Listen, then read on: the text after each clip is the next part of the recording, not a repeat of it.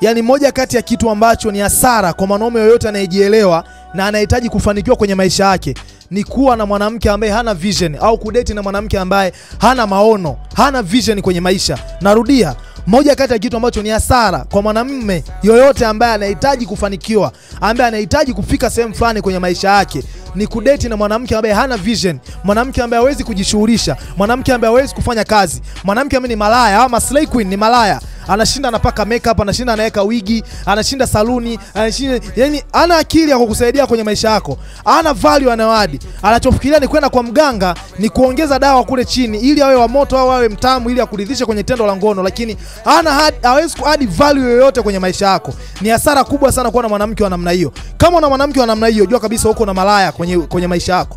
Kama uko na mke wa namna hiyo, jua upo na malaya kwenye maisha yako. Achana na hao malaya, utapiga hatua kwenye maisha yako. Ukimwendekeza mwanamke ambaye hawezi kukushauri, hawezi kukusaidia kwenye kazi zako, hawezi kukusaidia kupiga hatua kwenye biashara, hauna tofauti na mwanamume ambaye anadate malaya. Achana na hao mwanamke, ataendelea kila siku kukurudisha nyuma kwenye mafanikio yako.